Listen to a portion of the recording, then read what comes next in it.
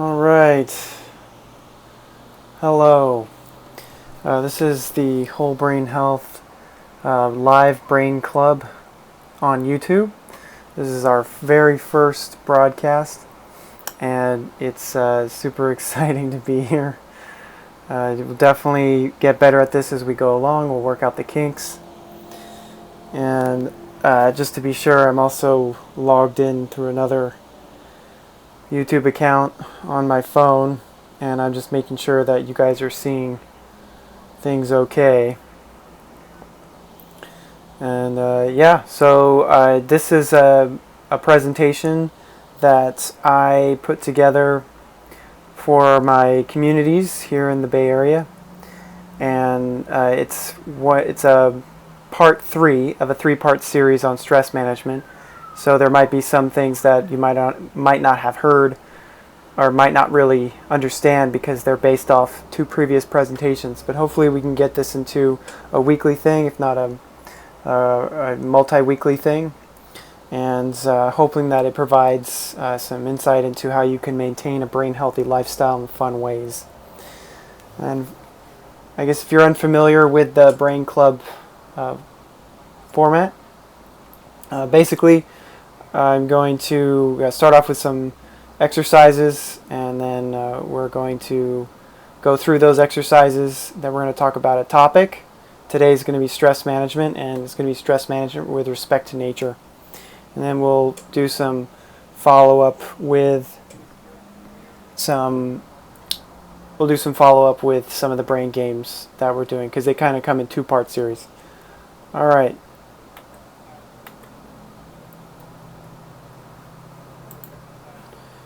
So that's our first image, and this is just, maybe you notice it right away, but I'll give you a moment to kind of take it in. What do you see in this picture? What is something that's hidden?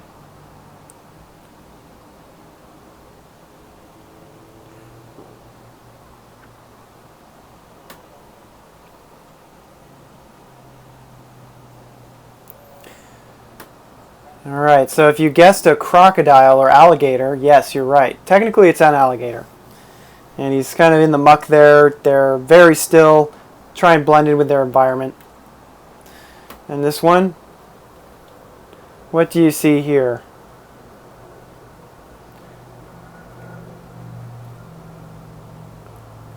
Might be kind of easy. Maybe not so much, excuse me.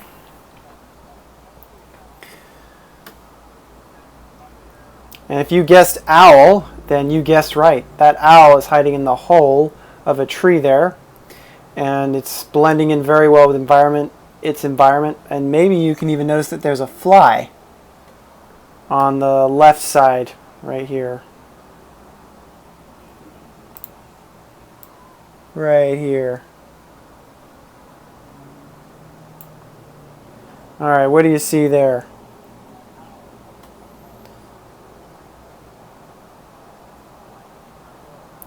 Give you a few more moments.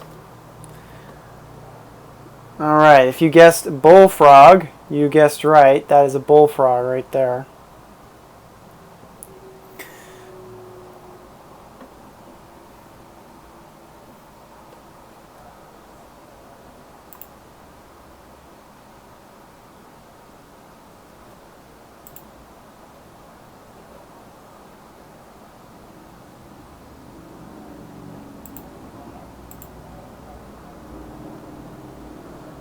Okay, bear with me a few moments. I'm just getting used to this. This is my very first live stream. I'm just going through these exercises here. And what do you see here?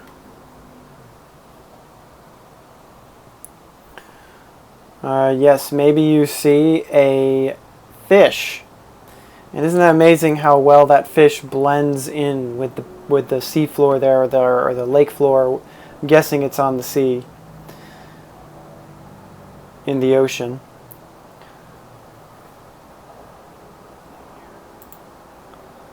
Next one. We got a lizard. See his head there, his body there. tail going back this way. And the thing that we're going for with these exercises, with these images, is we're really exercising our vision, our occipital lobe. And you probably heard that phrase, mothers have eyes in the back of their head, or eyes in the back of your head. Though that phrase actually helps us remember that the occipital lobe is actually in the back of the brain. And so, like, you can just rub the back of your head. So if you go to the back of your neck and you move up, it's right there, right above your neck. A little bit higher probably, actually, the prominent part in the back. That's where your occipital lobe is, and that's actually where vision is processed. And it's takes up about 30% of the cerebrum, this sort of this outer layer of the brain.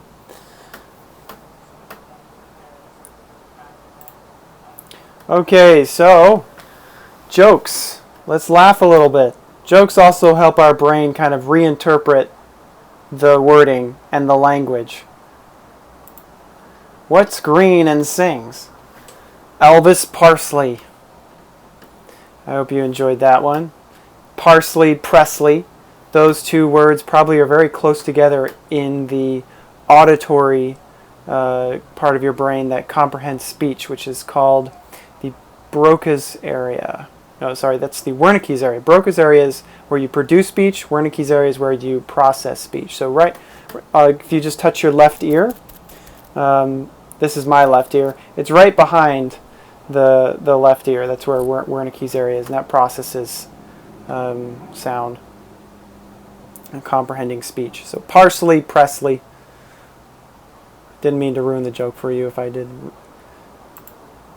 Okay, all right, so if you are new to the Brain Club, then, or if maybe you're actually watching this from one of my classes that I've given, you already know what the goals of the class are. But just assuming that you're new, goals of the class include 3 very important things.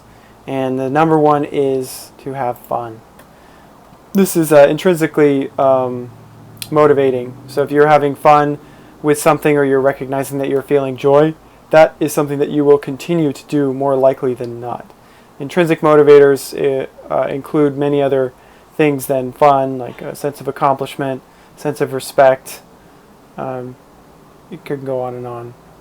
Acquiring knowledge is another one. But fun is probably one of the most common ones that people can really connect with, and that's why we talk about having fun. So jokes, camouflaged animals, and then more to come in the class.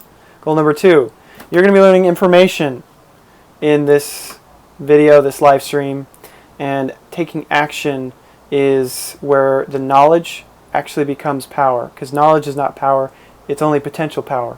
The application of knowledge is power. So that's why taking action is really, really important. And if you're having fun, you're probably going to want to do more of the stuff that you're having fun with, that you're getting a sense of enjoyment from. So taking action is naturally something that comes after fun. All right, and if you have fun, you take action. You're taking those things, taking action on the things that are good for your brain on a regular basis. Guess what? You might actually improve your memory. And to help you remember these goals even better, I even given you a nice convenient acronym there, which is an abbreviation of, it could be family or it could be famous. You pick which one's more important to you, family or being famous. For me, it's probably family. I'd want to say that, but never know. I want to be famous too, but family, FAM, fun, action, memory.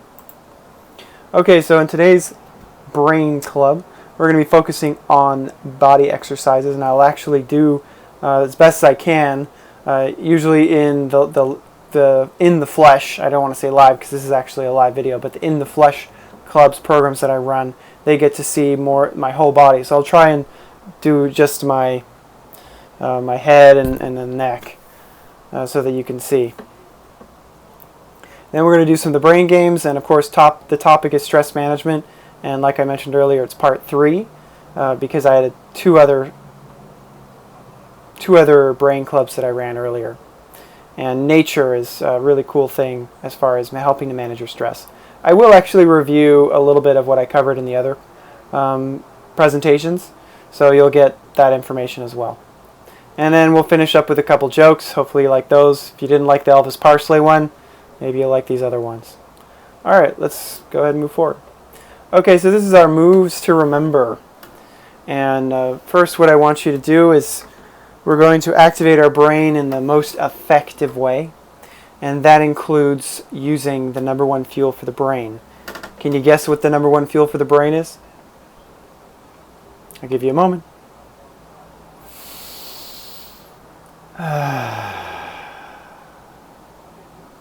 Did you get it? That's right, it's oxygen. So we're going to take 5 deep breaths, and I want you to lift your arms up like this, and then exhale. Like that. We're going to do 4 more just like that. Inhale.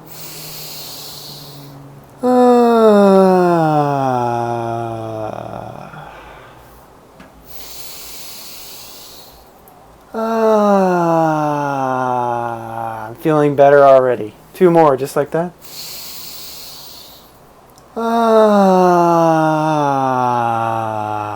Okay, 1 more.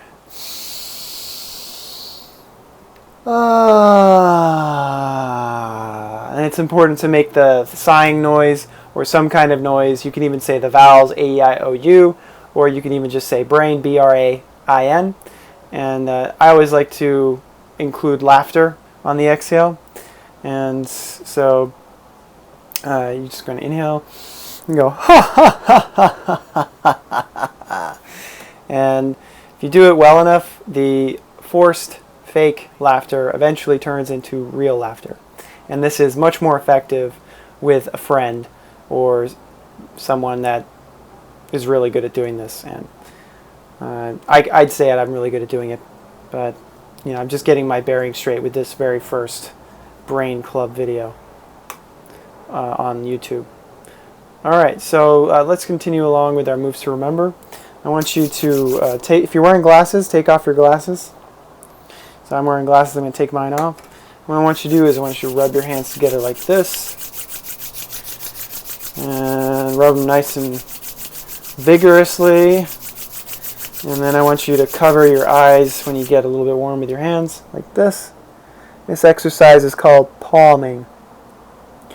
And the eyes are the key to the health of your brain.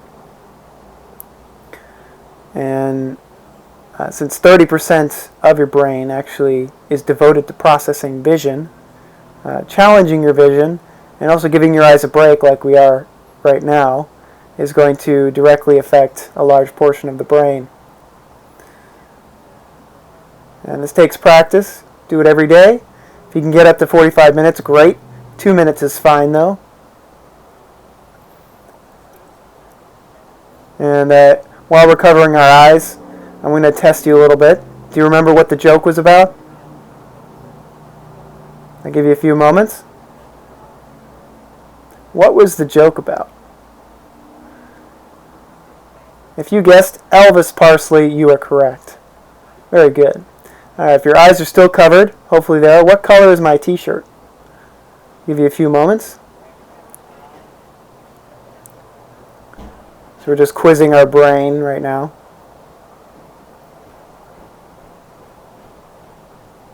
My t-shirt is blue. So if you've been paying attention, using your brain, which is actually a particular skill, developing the acuteness of your attention, so you're not just going on autopilot the whole time, you'll remember things like this, like Elvis Parsley, my t-shirt is blue, and also maybe I didn't introduce myself well enough, but my name is Charles. Hopefully you remember that later. And think of what were the animals that were camouflaged in the pictures I showed you earlier. Do you remember?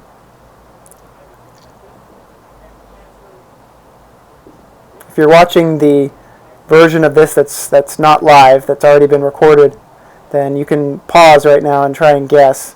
You'd even go back if you want to check. But we had crocodile, we had owl, we had fish, and we had We had a toad, or a bullfrog, and we had lizard. So we had 5 animals there. Okay, go ahead and take your hands away from your eyes, and blink your eyes, and keep your heads in a neutral position, and then look around with your eyeballs while continuing to blink.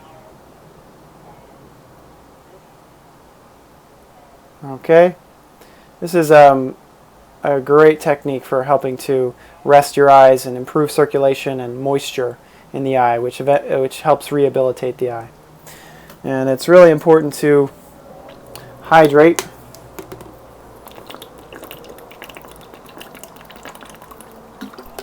So yeah, you don't got enough water in your body, you're going to get dry eyes and dry everything else. So remember to hydrate. All right, there's many more other exercises that we can do, and let's do a deep breath.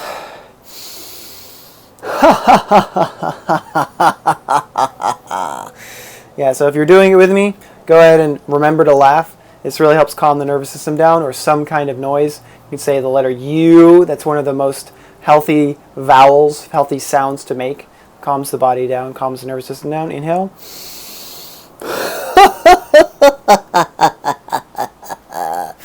Yes. Very good, very good. All right, one more breath. Say the letter U. U. And if you didn't get a chance to do it with me, go ahead and do it. You can pause the video, or you can just continue to do it while you're watching live. All right. And we're going to do one hand exercise, and then we're going to move on.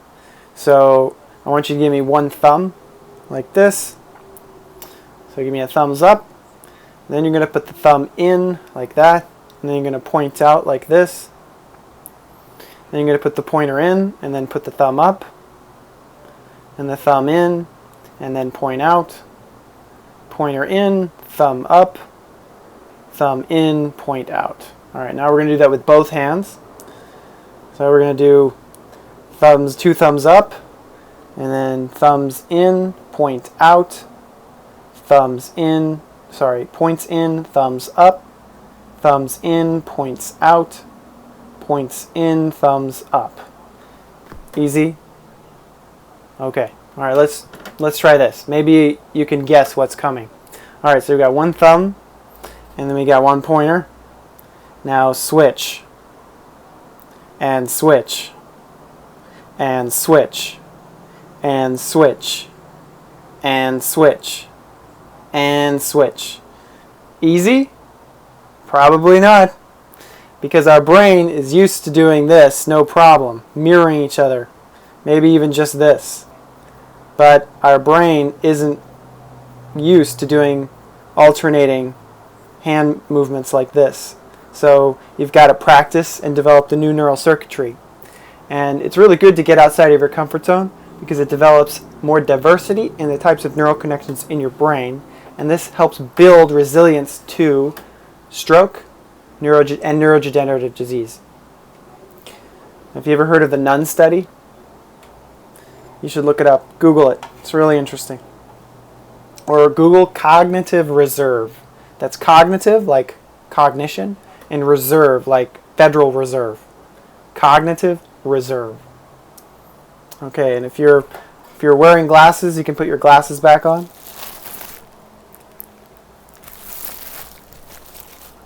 Okay, and let's go and finish off with 5 deep breaths, and we're going to laugh on every exhale. Inhale. Oh! Inhale. Oh!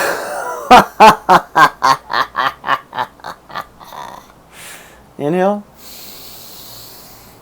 Ooh. Inhale. Ah.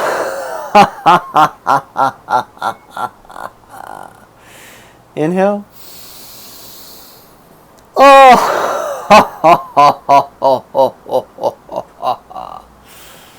All right, very good. Very good. Okay, so deep breathing, hand exercises, Making a noise when on the exhale will help you waken the brain up so that we can be sharp and you can be more engaged.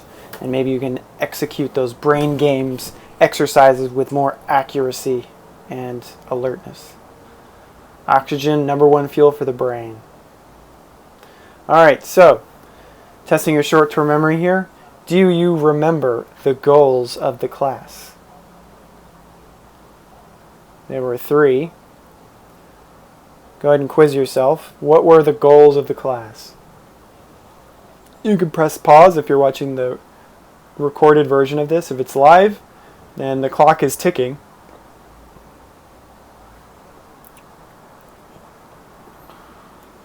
Alright, so we've got have fun. F. Do you remember what the second one was? Starts with an A. The main word starts with an A. Action. Lights, camera, action. Alright, next one was M for improve your memory. F-A-M. If you can remember that acronym, FAM. F-A-M. The goals of the class. Alright, so our next exercise here is something called Ask to Remember. And hopefully you're with someone in the flesh while you're doing this. And if you once I show you the questions that I'm about to show you, you can just pause if you're watching the recorded version of this video and just interview the person that you're with. Or if you're part of a group that's watching this, go ahead and pause this video and you can just ask each other these questions. And yeah, if it's the live video, then I'll just tell you the answers that I have for these questions, and I'll discuss a little bit about why we do this exercise. And if you already know this exercise and you're watching this already recorded, then you can just skip ahead, you can fast forward, and you can move on to the next exercise. So effectively, these are questions that hopefully you can interview others with.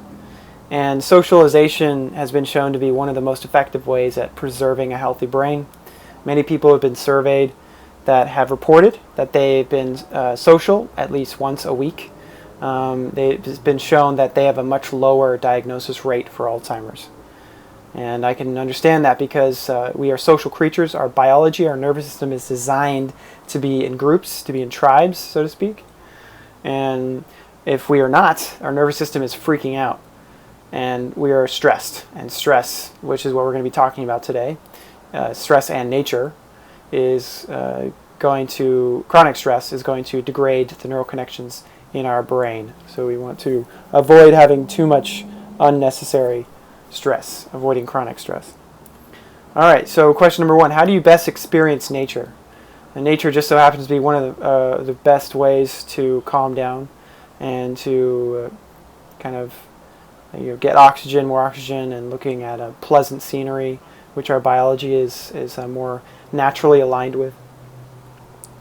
Because we did come from nature, we didn't come from a hospital. Our ancestors didn't evolve in hospitals. So number 1, how do you best experience nature? For me, it's going on a hike with a friend, someone that I love, or someone that I get along with. And tactile, barefoot. I like going barefoot whenever I can. People that know me well have definitely been with me on a hike when I'm not wearing any shoes. And yep. So number 2, where is your favorite place to be outside? My favorite place to be outside is definitely a hiking spot in the Santa Cruz Mountains in the Bay Area here. I don't know if you're watching this and you're not familiar with the Bay Area, then maybe you don't know where that is, but definitely a hiking favorite place to be outside, or immersed in nature. If the cities have planned their parks and their infrastructure well, and they've integrated a lot of natural landscape, then I don't mind being in an urban area that has natural landscape integrated into it. But I'd much prefer to be more immersed in nature. So I'd kind of go for a drive and get up into the mountains and see more trees for miles and miles and miles. And the place that I like to go to, you can see the ocean and you can see the city at the same time, actually. Number 3, what is the best TV show or movie where you can see more nature? If you're familiar with the BBC series Planet Earth, that's a great series to watch. It's really great. It's narrated by David Attenborough. Really, really great and kind of well-recognized narrator, and very well-recognized show. Very well done too, and it's very soothing. I used to watch it before going to bed, and it definitely put me in a very calm state. The extra questions here, just in case you get through these 3 questions really quickly and you don't know what else to do, this is extra for you in case other people are still working on the other questions. And again, so this is main point of this exercise is to socialize. So just if you're not even, you get off track, start talking about something else, like that's fine as long as you're socializing. We're going to bring these questions back at the end, and we're going to see how much you remember. And for those of you who are watching solo online, what do you remember of my responses? How do I best experience nature? Where is my favorite place to be outside? And what is the best TV show or movie where you can see more nature? Don't worry about the extra credit questions. Those are just for killing time. All right, so we're going to move on. And this is a great video which you can check out. It's called Spot the Difference, and it's natural scenery. You can check it out on YouTube, and we're going to play it here. See if you can spot the differences.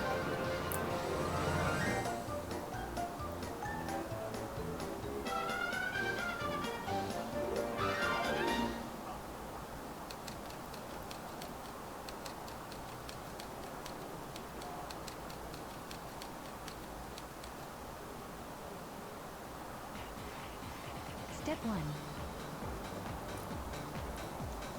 Ready?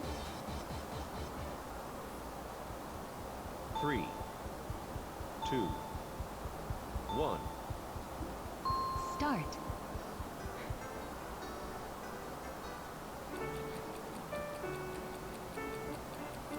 So we're looking for one difference. Just one difference. Do you spot the difference?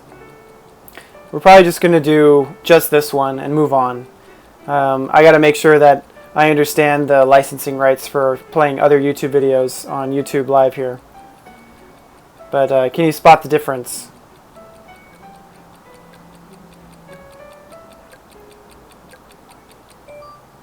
Time over.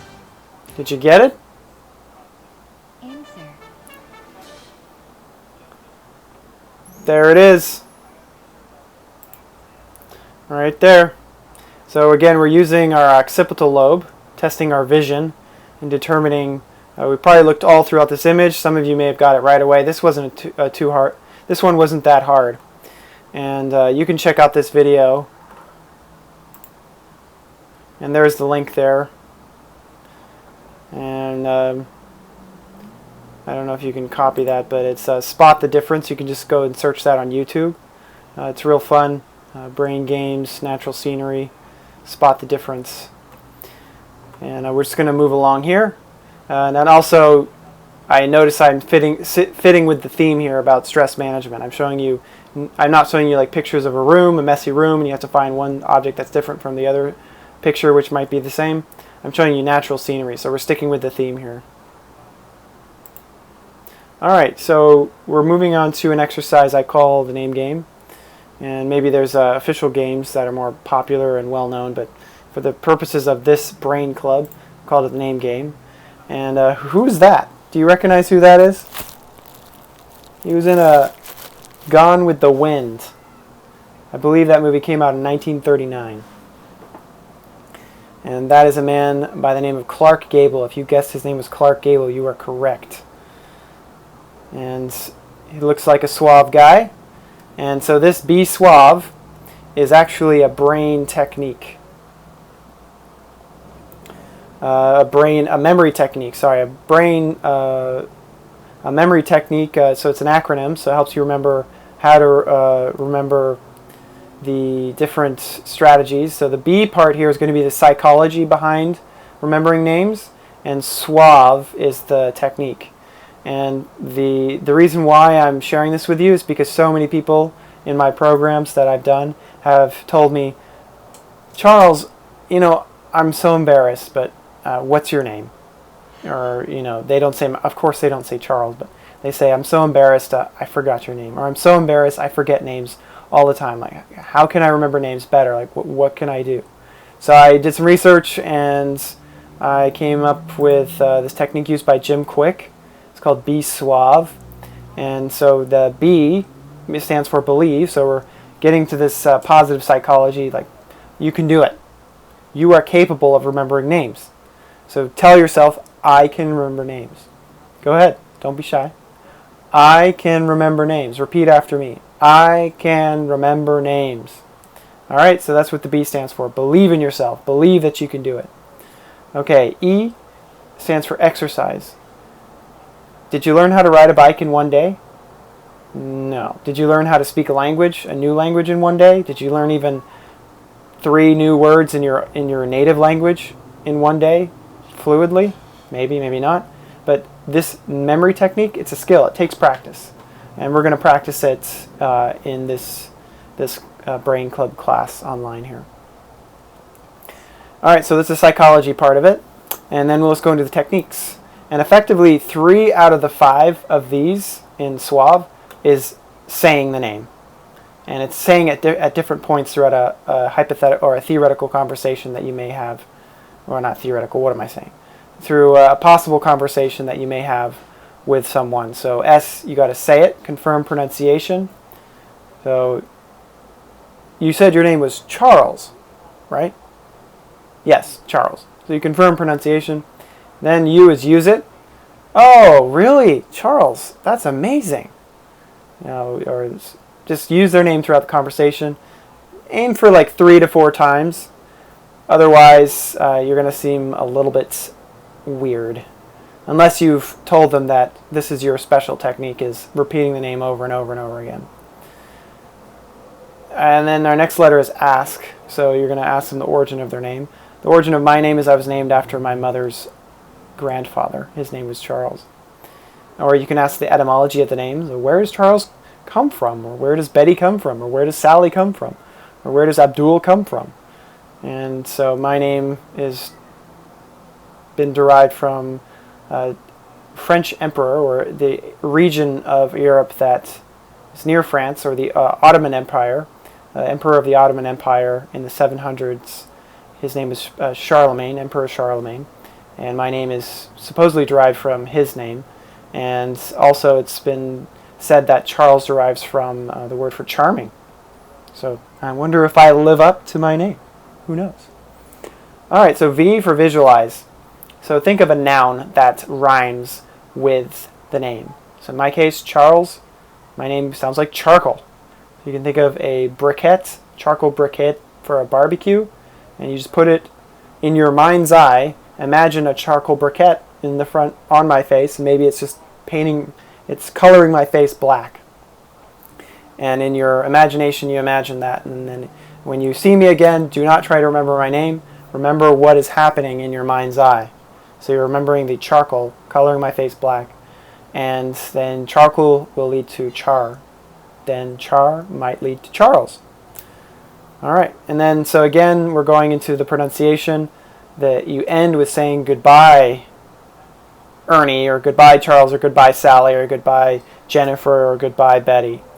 So it's, again, you're saying the name. So that verbal processing, verbal learners, you can really connect with this technique. All right, so let's give it a shot. So I know this is not a person, but dogs, pets, animals, some usually have names too if they're in captivity. And for the sake of our stress management theme today, I'm showing you pictures of baby animals which are really good at calming you down. So this is Gruber. So let's stick with our technique.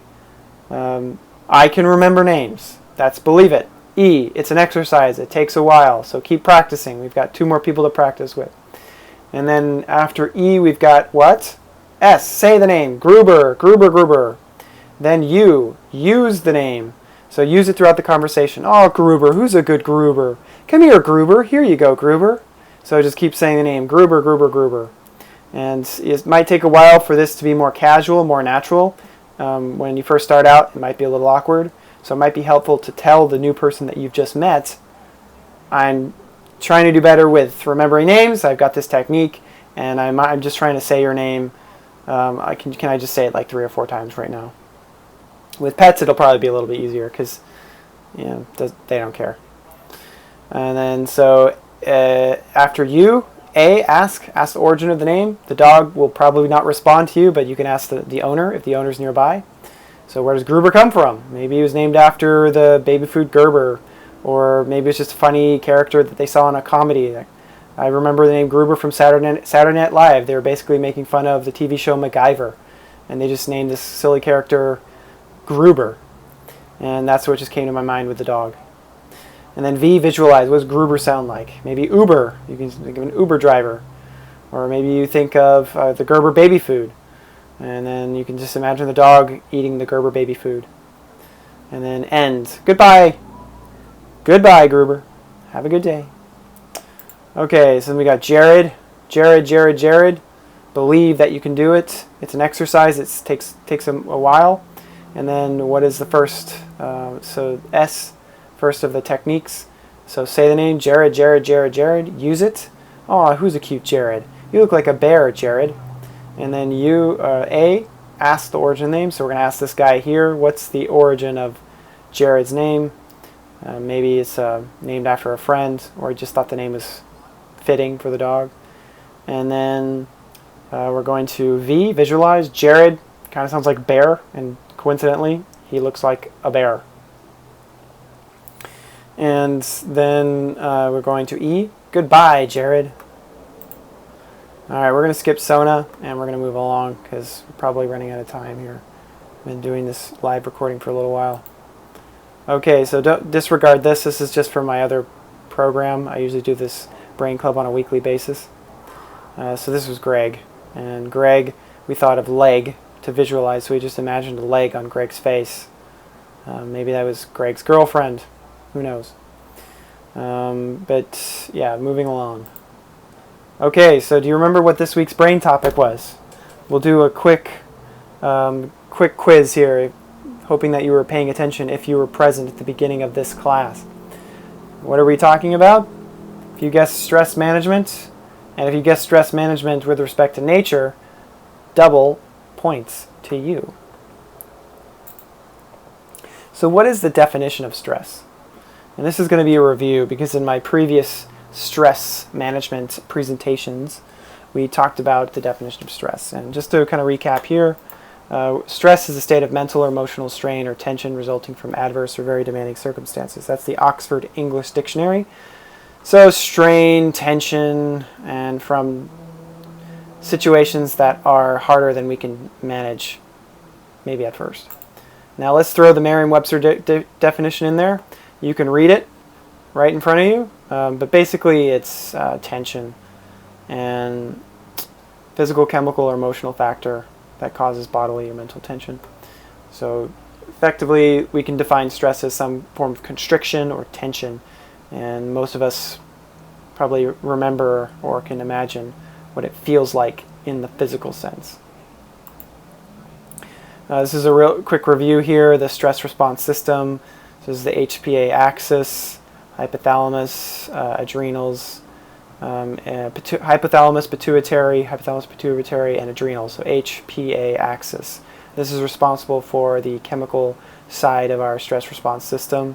And for the brain anatomy, it's our amygdala. We've got 2 of them, and they're about this. The amygdala is, I believe, Greek or Latin for almond, because when they looked at the amygdala in early brain dissections, they look like an almond.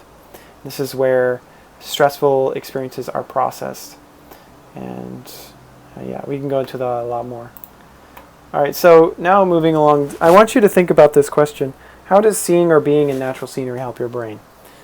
And one of the most common responses that I heard when I asked this question to my groups was relaxation. Is that what you thought? So I want to ask you, how does relaxation benefit the brain? When you're in nature, your brain becomes more relaxed, your body becomes more, therefore your body becomes more relaxed. how does that benefit your brain, a state of a relaxed brain? I did allude to it earlier.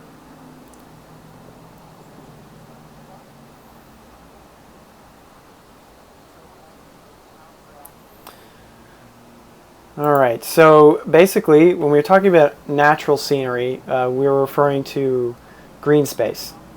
So a vibrant area, maybe deserts, is technically part of nature, but it might be a little more extreme, and that might be taxing our biology more than we would want and would create more stress. So let's just refer to green space. And as far as the research is concerned, which has been conducted by the Institute for the Greater Good based in Berkeley, they found that it lowers stress, we're more calm, and we're more relaxed. The integrity of the neural connections in the brain are preserved. So our brain, basically, it has more neural connections, and like if we had less neural connections, then we wouldn't really have that much access to creativity, or our processing speed would be lower without all these neural connections, and maybe we'd have to go in more roundabout ways to come to expression of ideas or processing information. Also, if you're in a hospital and you have a window and you can see some form of tree or some green space, they've shown that it doubles recovery speed because we can feel more connected to that, I guess you could say, biologically compatible environment. And also, when you're in nature, green things, particularly trees, they exhale oxygen, and we breathe oxygen. So, more oxygen. What's the number one fuel for the brain? You guessed it, oxygen.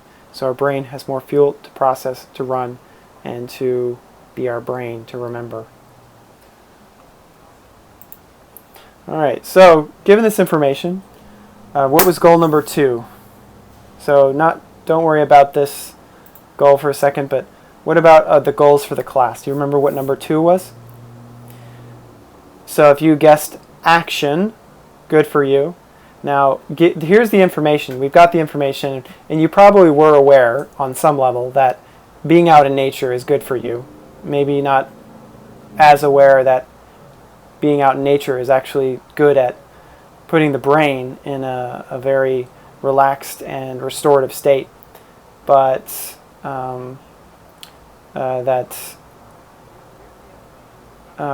you probably wanted to come up with a goal as far as the information that you're given. So how do you apply this information? Now, I'm going to give you an example goal that you can set. So our example goal is get outside at least once for 10 minutes every week. This may seem ridiculously easy. I already do this, Charles. What are you talking about? Why do I even have to set this goal? Well, the point is that this goal is particular for your brain health. The key here is the intention that you are setting, and that it is conscious that you are going to do something for your brain health. The next step is we're going to write in a calendar when I will get outside for my brain health. And this is also very important as well. Come up with the next step. What are you going to do next to achieve this goal? And writing it down, which I've actually included into the next step, but it isn't always necessarily included in the next step. But the key is you want to write the goal down somewhere. Journal, your phone, on your computer, post-it note, on a whiteboard that you can see somewhere, wherever. So you want to get outside at least once for 10 minutes every week. Write that down. And then write down the next step as well. Write in calendar when I would get outside for my brain health. And then go execute your next step. And then the reason why the goal is so simple is because, according to behavioral change science, we're lowering the barrier to action. And it's so easy that it's almost impossible to fail. And then you might even want to just do more. Like, hey, I've gotten 10 minutes done already. Let's add a few more. Maybe a little bit more. Maybe a little more. Next thing you know, you're out for an hour. Okay? And the key is you want to make it connected with the intention that you came outside because of sustaining your brain health. Alright, here's a video that you can check out. Great video on memory and stress. And you can just Google, or you can just search in YouTube stress and memory and then look for this logo. Really great video. It's informational, and it talks about the anatomy of the brain and with respect to stress and memory. This is a great talk as well. Probably not as good as the other ones. Kelly McGonigal, How to Make Stress Your Friend. You can just search for that. Really great video. She talks about how our attitude is key, and stress is not the enemy. It's about how we connect with stress psychologically. So do we see stress as something bad, or do we see it as something that helps us grow? And the next, this one's really cool. This guy, he shows data about how the brain responds to stress. And he shows these really cool slides of what the brain is doing as far as the EEG, the electroencephalogram. So the brainwave state when it's out in nature or when it's doing work on the phone. So it's Restore Your Brain with Nature. Really great video, and more relevant to this presentation. And here's some other videos. Stop Stress in 90 Seconds with Dr. Oz. And this is another video, which I guess at some point when I get better at these live online brain clubs, I will include all of this for you to access later. So what am I going to leave you off with are these steps. If you forget everything that I talked about today, if you even made it this far too, I'm hoping that you stuck with the video and watched it all the way to the end. Just deep breathing. That's really, really important. This is another great video by a guy named Max Strom. Last name S-T-R-O-M. First name M-A-X, Max Strom. Great video called Breathing to Heal. And really impactful message. And basically saying that breath work is so easy to learn, and it's extraordinarily effective and helpful. And then there's these other ones too. Move more often, basically exercise. And number 3, meditation or just quiet reflection. Number 4, using your hands. Number 5, write down your successes. So all really great stuff to help manage your stress. And again, the action part of the class. So our goals of the class were fun, action, and memory. So make a goal, identify a next step, write it down. What is your goal as a result of this class? It's okay to make goals all the time. Your brain records them. You want to make sure you write it down. That's a really key part, because it'll help it ingrain in your brain even more. So this slide is basically just how to really create a solid next step. Make it super simple. So 10 minutes a day, 10 minutes a week. Just get outside. You could even make it 5 minutes of action for your brain a day, and everything else is a bonus. So the more you do, the stronger your brain. So all this information that you learn about the brain, like nature is good, the more you do, the better. So if you want your brain, your IQ to go up, you want more focus, you want more creativity, the more stuff you do for your brain intentionally that supports your brain, then you will get a stronger brain. Alright, do you remember the names? What was his name?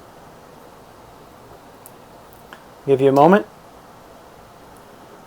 Did you visualize anything before using the Be Suave technique? Maybe you visualized bear.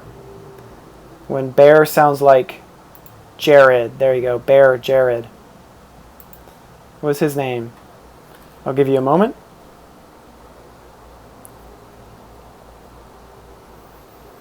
And if you guessed Gruber, that was correct. Like Gerber baby food, or maybe even Uber.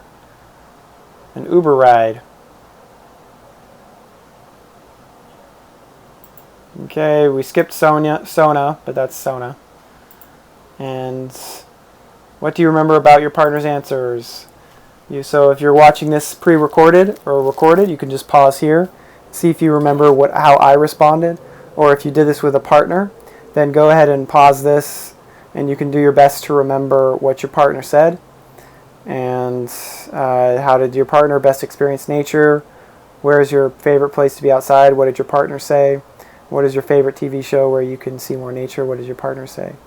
And if you're just watching this solo, if you guessed how did I best experience nature, you could say, or if you remembered,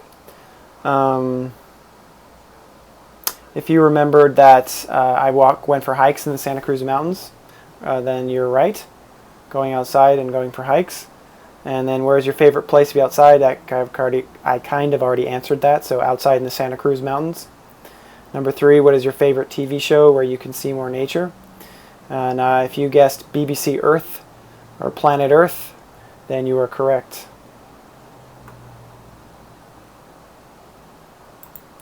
Alright, so what were the goals? Do you remember the goals of the class? FAM. What does FAM stand for? Fun, action, memory. Great. Hopefully you remember that for next time. Alright, so now we're coming to the end of the class. I've got a couple jokes for you, and this is your reward for sticking it through. And I hope that this will leave you off with some humor, some lightness that will help continue your desire, will help continue your pursuit of lowering your stress or managing your stress better. So what's with people using umbrellas? They always seem to be under the weather. Ha ha ha ha ha ha. What building has the most stories? The library, or a library. Ha ha ha ha ha ha ha. Alright, so if you liked the Brain Club today, live here on YouTube, this was my first time, so I hope that you enjoyed it. My name is Charles. I'm part of Whole Brain Health, and I'm looking forward to doing more of this online so that I can help spread this to more people. You can visit www.wholebrainhealth.com. We're also on Facebook. Just look for Whole Brain Health. That's as in whole thing. Brain as in what's inside your skull, and health as in healthy salad. And we're also on Instagram, so www.instagram.com/wholebrain. And we're also on Twitter as well. I think Whole Brain Health, @WholeBrainHealth. And so yeah, check us out. Come back next time. I'll try and do these regularly every Friday, and we'll see how it goes. All right. Thank you so much.